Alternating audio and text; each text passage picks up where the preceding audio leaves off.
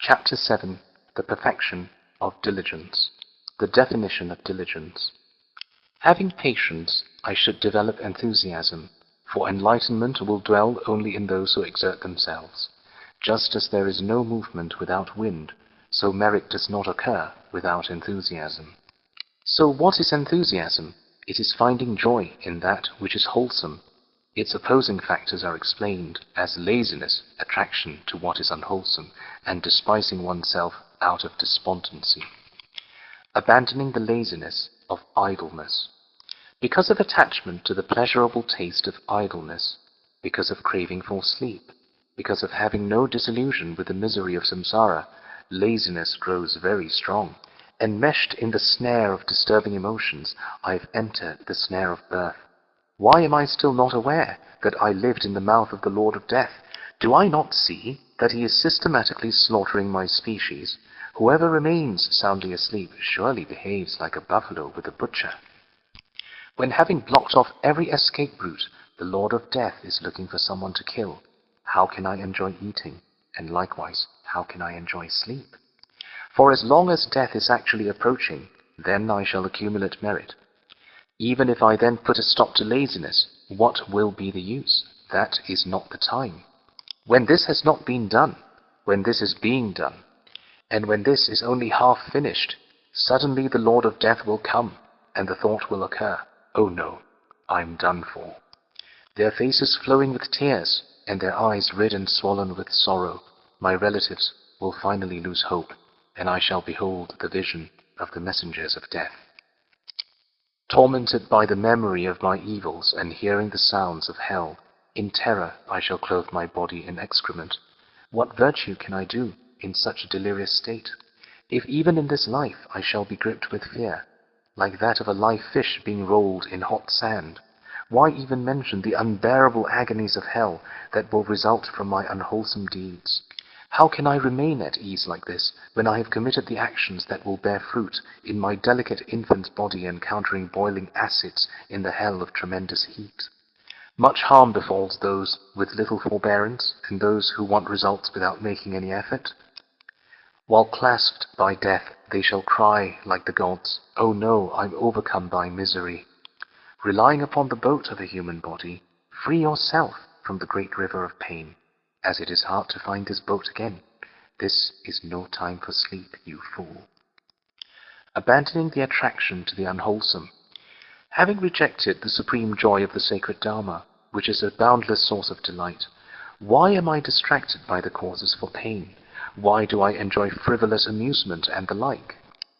Abandoning the laziness of discouragement. Without indulging in despondency, I should gather the supports for enthusiasm and earnestly take control of myself. Then by seeing the equality between self and others, I should practice exchanging self for others. I should never indulge in despondency by entertaining such thoughts as, how shall I ever awaken? For the Tathagatas who speak what is true have uttered this truth. If they develop the strength of their assertion, even those who are flies, mosquitoes, bees, and insects will win the unsurpassable awakening which is so hard to find. So, if I do not forsake the Bodhisattva's way of life, why should someone like me who has been born a human not attain enlightenment, since I'm able to recognize what is beneficial and what is of harm? But nevertheless, it frightens me to think that I may have to give away my arms and legs without discriminating between what is heavy and what is light. I'm reduced to fear through confusion. For over countless myriad of eons, I have been cut, stabbed, burned, and flayed alive innumerable times, but I have not awakened. Yet the suffering involved in my awakening will have a limit. It is like the suffering of having made an incision in order to remove and destroy greater pain. Even doctors eliminate illnesses with unpleasant medical treatments. So in order to overcome manifold sufferings, I should be able to put up with some discomfort. But the Supreme Physician does not employ common medical treatments such as these. With an extremely gentle technique, he remedies all the greatest ills. At the beginning, the guide of the world encourages the giving of such things as food.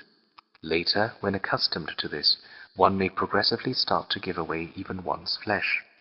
At such a time when my mind is developed to the point of regarding my body like food, then what hardship would there be when it came to giving away my flesh?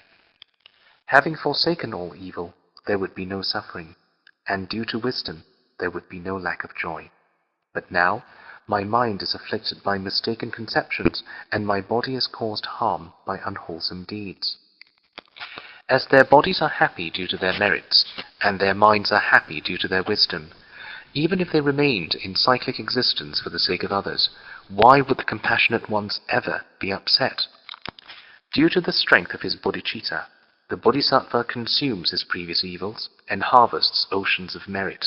Hence, he is said to excel the Shravakas. So, having mounted the horse of bodhicitta that dispels all discouragement and weariness, who, when they know of this mind that proceeds from joy to joy, would ever lapse into despondency? How to develop and increase diligence. The supports when working for the sake of living beings are aspiration, steadfastness, joy, and rest. Aspiration is developed through fear of misery, and by contemplating the benefits of aspiration itself. Thus, in order to increase my enthusiasm, I should strive to abandon its opposing forces, to amass the supports of aspiration, self-confidence, joy, and rest, to practice in earnest, and to become strong in self-control. I shall have to overcome the boundless faults of myself and others, and in order to destroy each of these faults alone, I may have to strive until an ocean of aeons is exhausted. But if within myself I do not perceive even a fraction of the perseverance required to exhaust these faults, then why do I not have a heart attack? For now I have become an abode for infinite misery. Likewise, I shall have to realize many excellent qualities for myself and others, and in order to attain each of these qualities alone, I may have to acquaint myself with its cause until an ocean of eons is exhausted.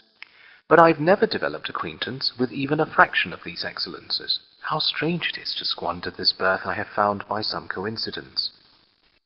First support, developing aspiration. I have not made offerings to the Buddhas. I've not given the pleasure of great festivals. I have not performed the actions for the teachings. I have not fulfilled the wishes of the poor. I have not granted fearlessness to the frightened, and I have not given happiness to the weak. All I have given rise to is the agonies in the mother's womb and to suffering. Both now and in previous lives, such deprivation has arisen because of my lack of aspiring for the Dharma. Who would ever reject this aspiring for Dharma?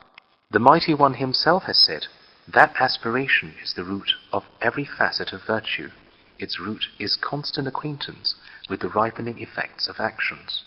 Physical pain, mental unhappiness, all the various kinds of fear, as well as separation from what is desired, all arise from an unwholesome way of life. However, by committing wholesome actions, which are motivated by aspiration in the mind, whenever I go, I shall be presented with tokens of the fruit of that merit. But by committing evil actions, although I may wish for happiness, whenever I go, I shall be completely overcome by the weapons of pain caused by my evil life. As a result of virtue, I shall dwell in the spacious, fragrant, and cool heart of the lotus flower. My radiance will be nourished by the food of the conqueror's sweet speech.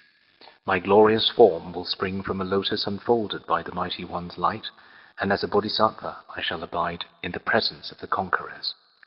But as a result of non-virtue, my skin will be ripped off by the henchmen of Yama. In this feeble state, liquid copper melted by tremendous heat will be poured into my body. Pierced by flaming swords and daggers, my flesh will be cut into 100 pieces, and I shall stumble upon the fiercely blazing iron ground. Second support, developing steadfastness. Therefore, I should aspire for virtue, and with great respect acquaint myself with it.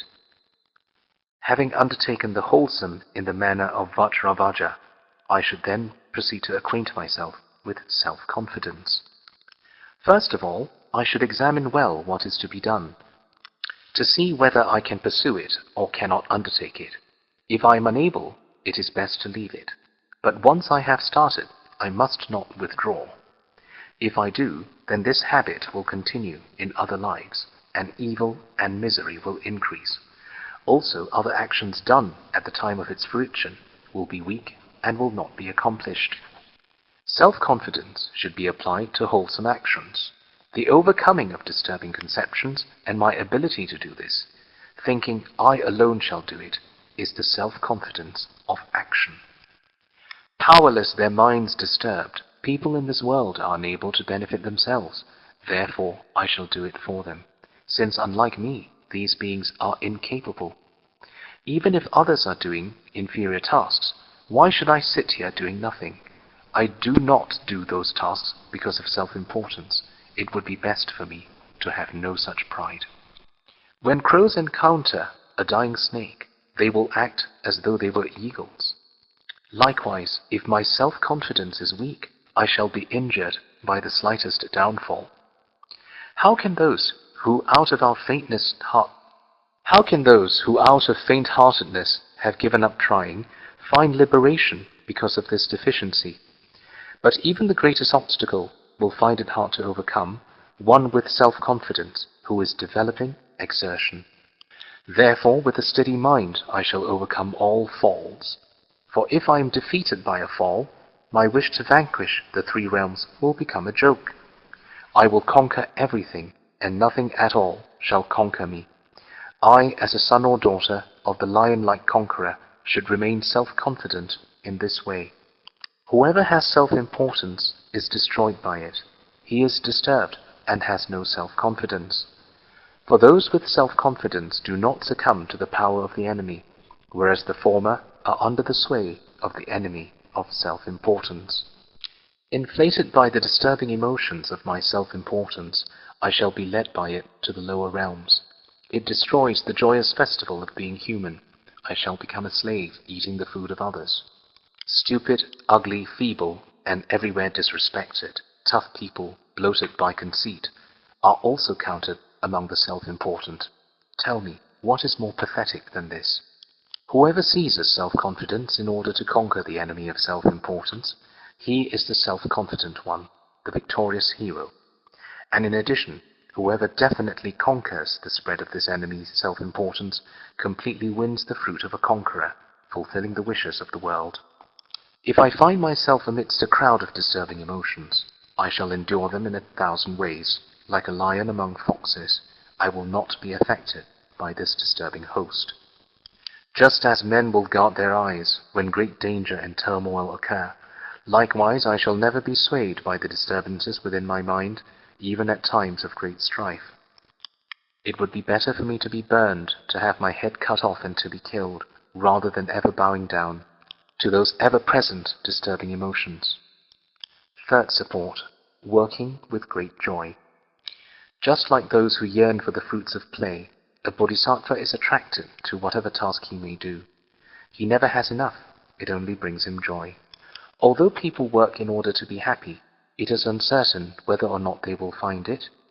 But how can those whose work itself is joy find happiness unless they do it?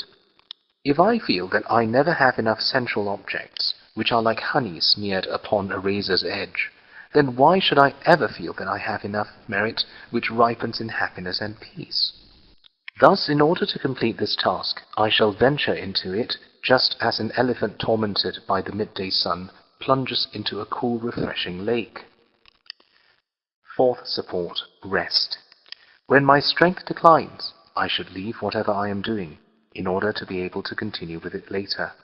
Having done something well, I should put it aside with the wish to accomplish what will follow. Developing mindfulness and alertness. Just as an old warrior approaches the swords of an enemy upon the battlefront, so shall I avoid the weapons of the disturbing emotions and skillfully bind this enemy.